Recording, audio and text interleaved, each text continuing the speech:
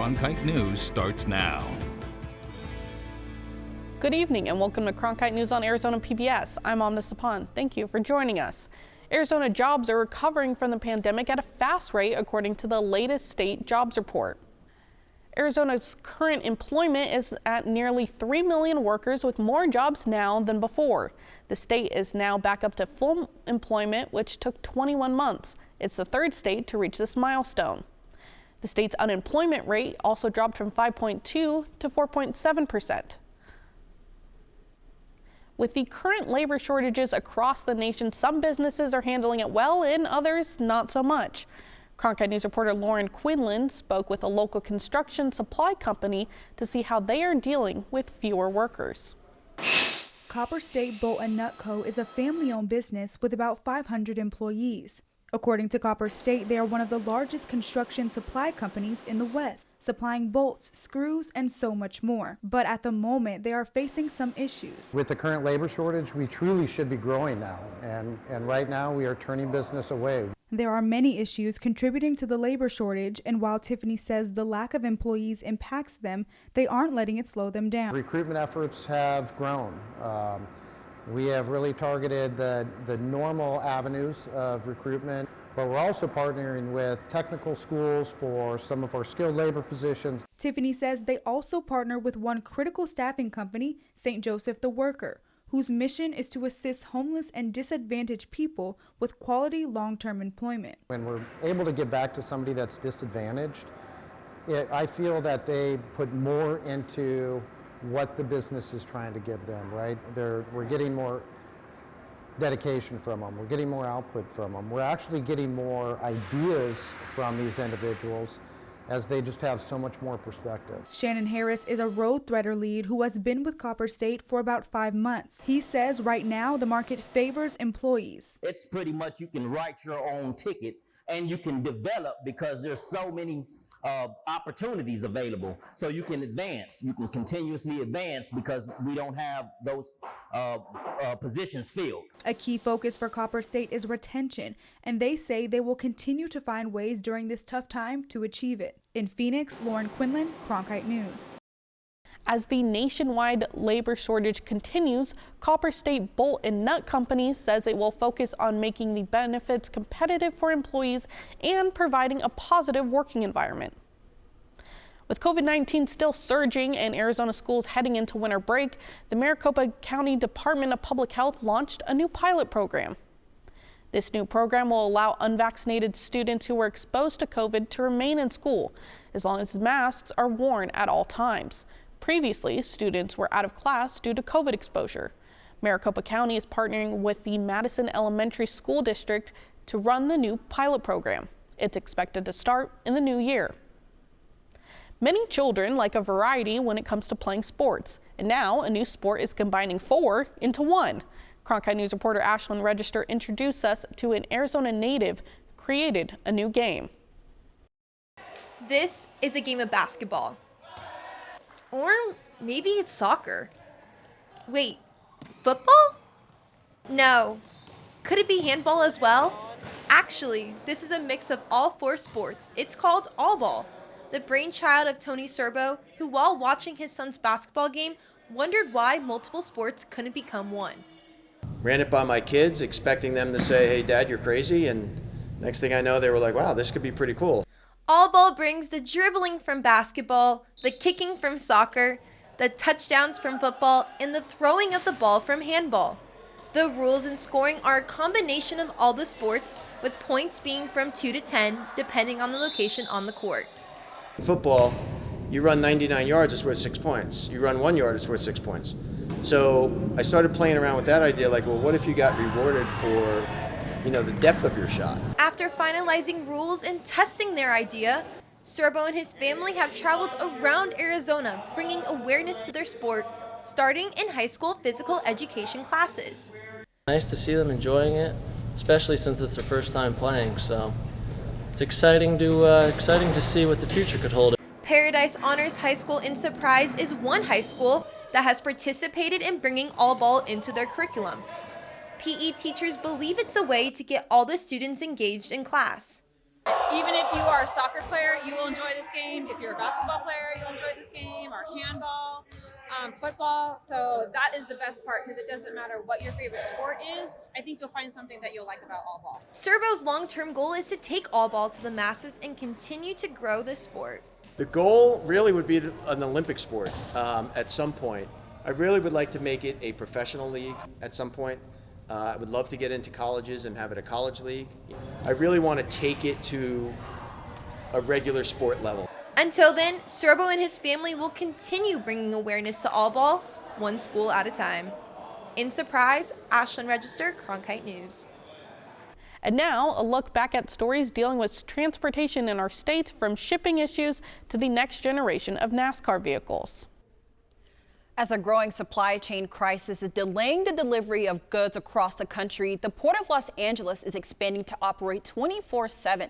Los Angeles Bureau reporter Jude Binkley went to the ports to see how workers hope to clear a massive backup of container ships from China and other countries.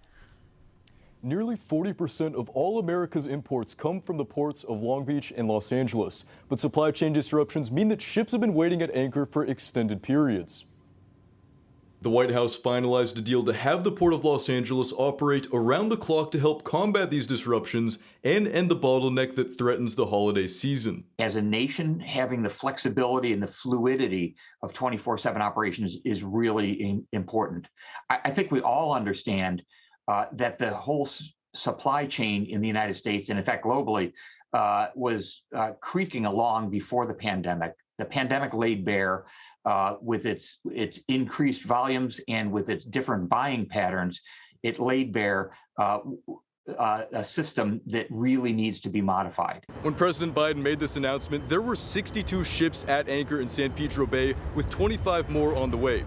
Now, half of those ships are coming here to the Port of Los Angeles, with the other half going to the neighboring port of Long Beach, which is also expanding their operations. While the agreement was reached last Wednesday, the transition to 24/7 operations won't be immediate. With over 100,000 companies dealing with imports at the Port of LA, authorities say it could take time to get everyone on the same page. The work here will be fast. It has to be. We've got milestones ahead of us. We've got 62 container ships at anchor. We've got goods that need to flow for the holiday season.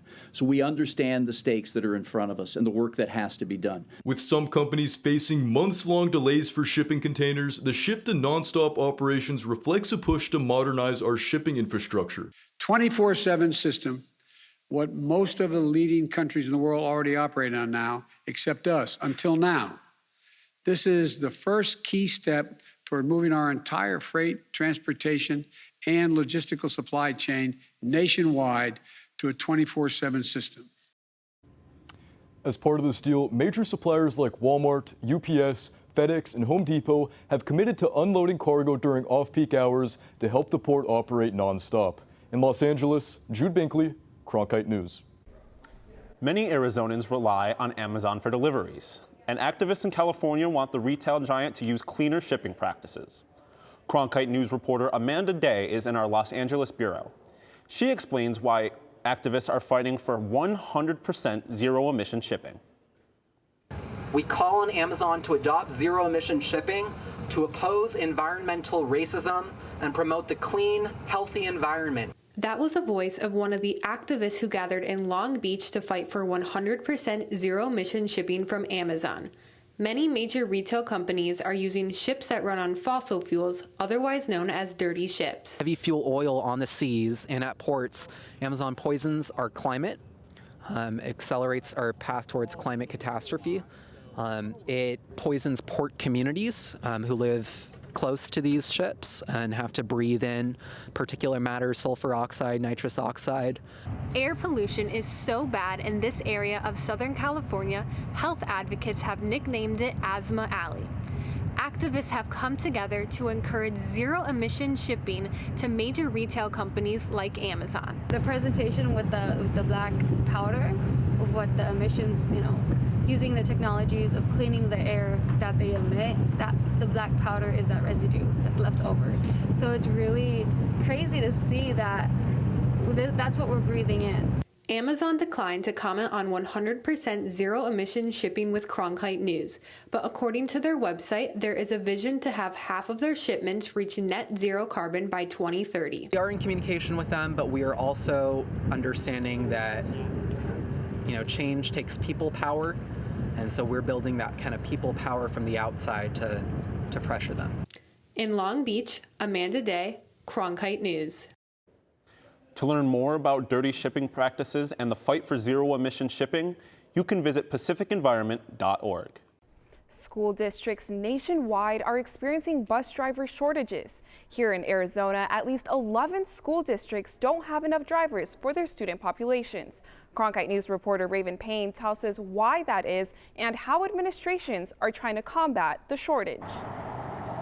The Paradise Valley School District needs at least 37 bus drivers to drive this fleet of buses. Until then, they, like many other school districts, are changing schedules, remapping routes, and doing whatever they can to make sure they can get kids to school. School bus driver shortages are not new to districts, but there are fewer drivers in these seats because of the pandemic. According to Paradise Valley School District Director of Transportation Brandon George, the pandemic caused unpredictability. I think the pandemic and the uncertainties of what may or may not happen caused a lot of people to leave the industry.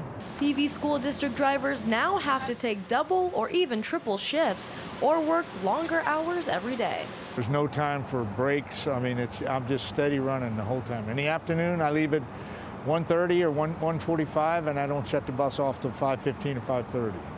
Now, according to the Director of Transportation for PV schools, there are only about 70 bus drivers for 28,000 students in the district, and they're working hard to fill these seats. We are doing a lot of advertisement. We put these signs on the buses. We have 40 signs we purchased, 20 on sped buses, and 20 on transit buses. We also use social media. PV School District is also offering higher pay to attract more drivers. What they're doing right now, they're giving us a $15 addenda, so it'll total to $75 a week, $300 a month.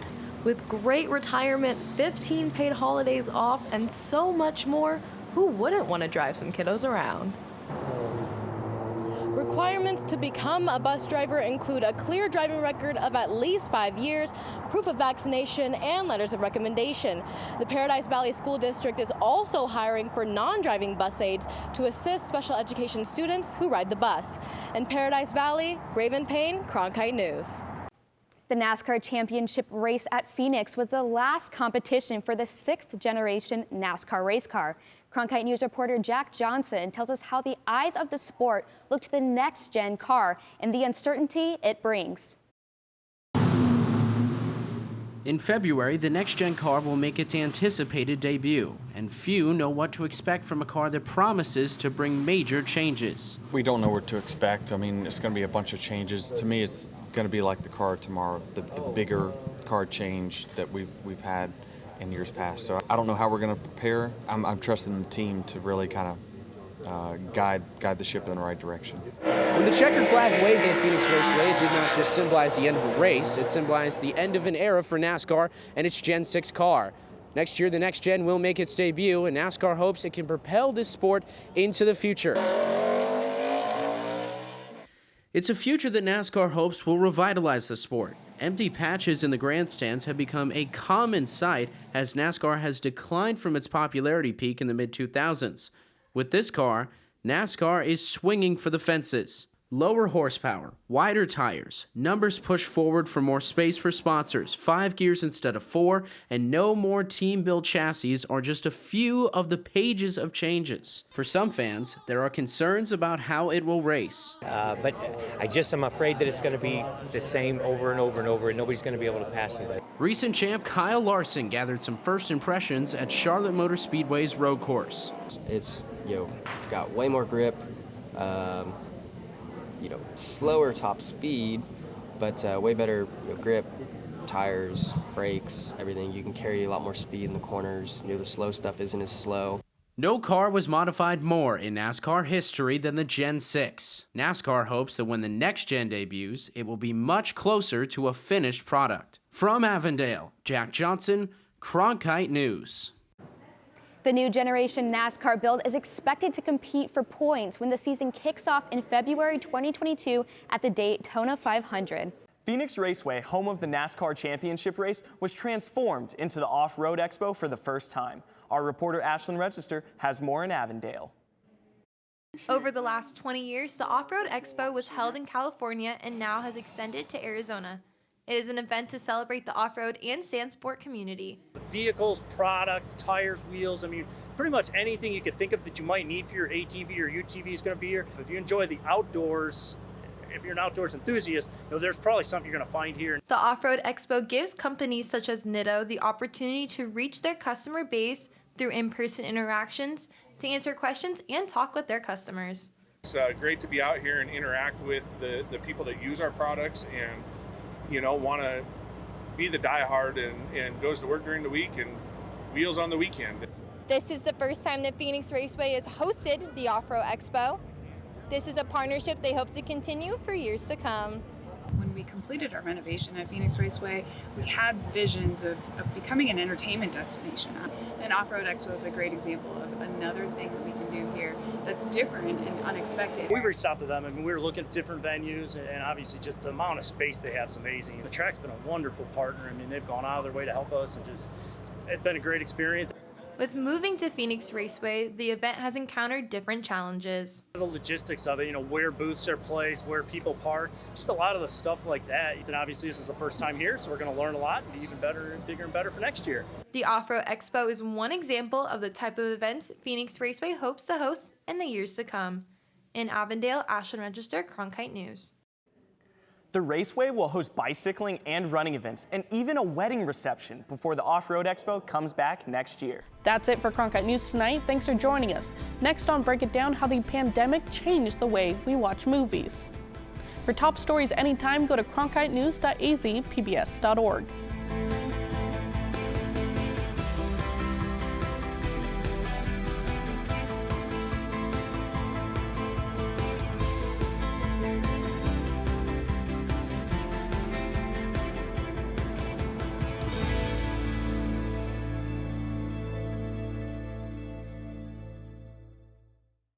Cronkite News provides students at ASU's Walter Cronkite School of Journalism with the opportunity to gain real-world experience in the newsroom.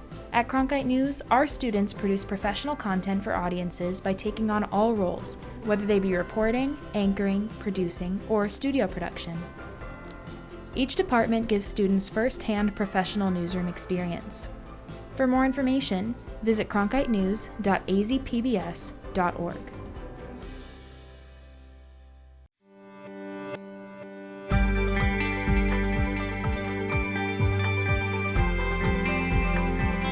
Break It Down is brought to you in part by Mayo Clinic and viewers like you. So Courtney, for those of us who study media industries, COVID-19 was a paradigm-shifting moment. The idea that the movie industry will just vanish from the face of Earth, right? Studios trying to get their productions and streaming, and of course, audiences getting used to the idea of watching their favorite summer blockbusters in their couch. So I'm going to pose this question, and it's probably a little bit radical, but straight to the point. Are movie theaters dead? So I need your help to break it down. This is a question that a lot of folks in the industry are asking, an audience are asking, and the short answer is no. I do not think movie theaters are dead, but I think it's more complicated than that, right? So you have, this is not new. So COVID was just a symptom of a larger problem. That like in the past 10 to 15 years, theatrical attendance has just been in steep decline. And the studios are trying to figure out how to compete with these big new streamers like Netflix and Amazon.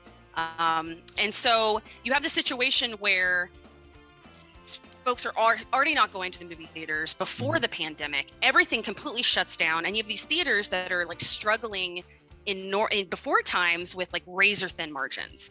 So that's why you're seeing like a number of bankruptcies happening, like with Alamo Drafthouse for reorganizing and such. So on the business side, it is going to be, it's going to look very different. We're not sure what it's going to look like. We don't know how many theaters are going to survive on the end of this. I don't think it's going to die. I think it's going to come out and be something different, right? Because like, I don't know about you, but I missed going to the movies so much. And I was, after a while, like just looking at Netflix, got, or Amazon Prime was like, oh my gosh, it's like the same stuff over and over again. Yeah, and talking a little bit about tactics of survival, right? This is a global pandemic, and movie theaters around the world are experiencing, something similar, in some places something even worse.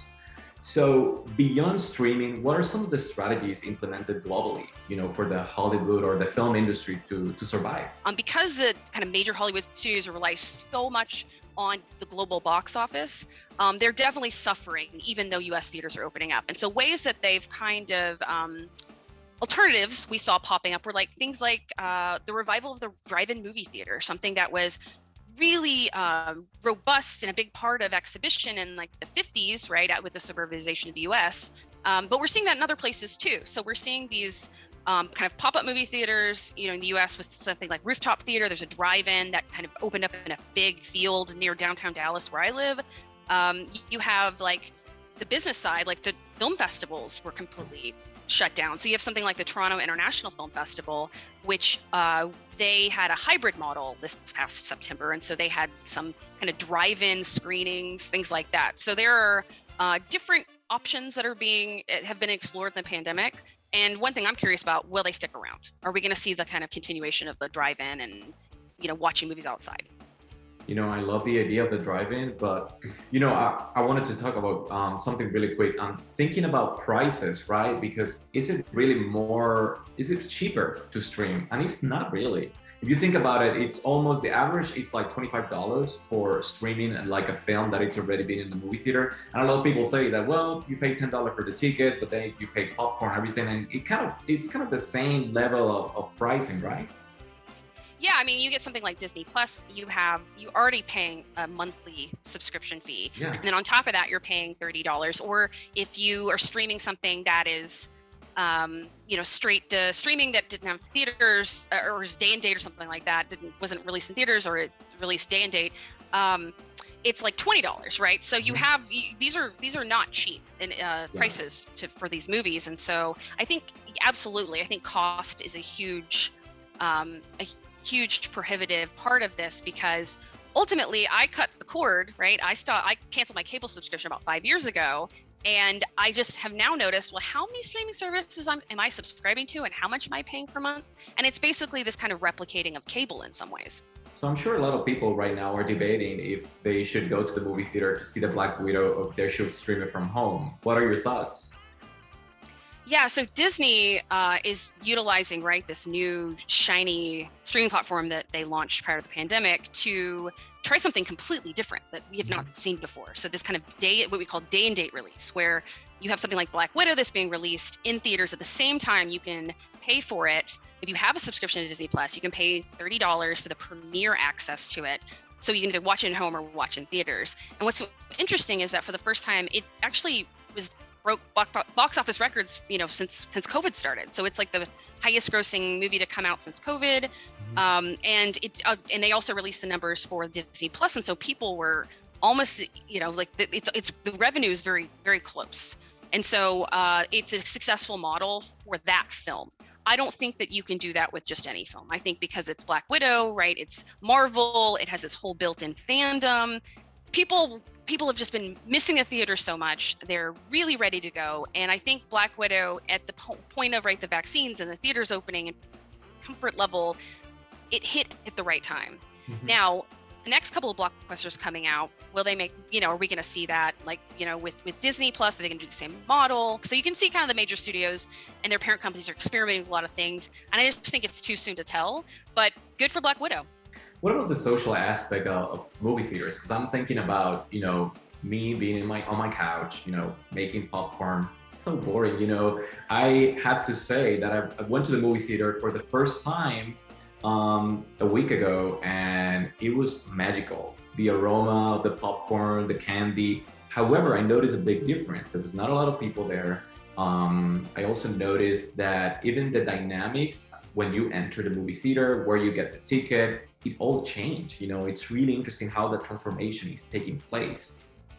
Have you been to the theater recently? I haven't, but yeah, I mean, that's one of the cons, right? So you miss that collective social experience, that kind of magic of sitting in a dark screen with no distractions, Hopefully nobody has their phones on, which is the same thing, I try to replicate in my film classes, is this, we experience this together, and then we can, there's this kind of energy and magic to it. And I think that's really missing. You can't really, you can replicate chatting and conversation on social media and Twitter and things, but you really, I hear what you're saying. It's just not the same. Well, I saw In the Heights online. What did you think? I streamed In the Heights first, and then I feel like, wait a minute, I'm missing something here. So I went to the movie theater, and it was a completely different experience. It was a magical experience, like watching it on the big screen with that surround sound and everything. So yeah, I have to say that I miss it, but I think that I'm gonna kind of, mix. There was a couple of films that last year I would love to watch it in the movie theater, and hopefully they will be bringing them back to the theaters, because I feel that we missed something there, Yeah, that's the question, right? What will bring people back?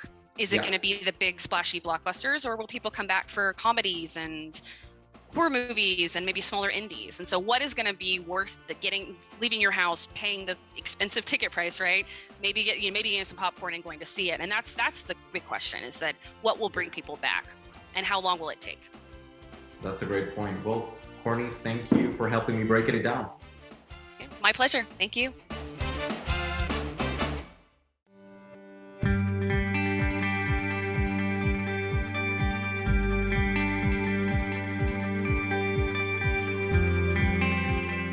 This hour of local news is made possible by contributions from the Friends of PBS, members of your PBS station. Thank you. If you have comments about Arizona PBS News, please contact us at one of the addresses on your screen. Thank you.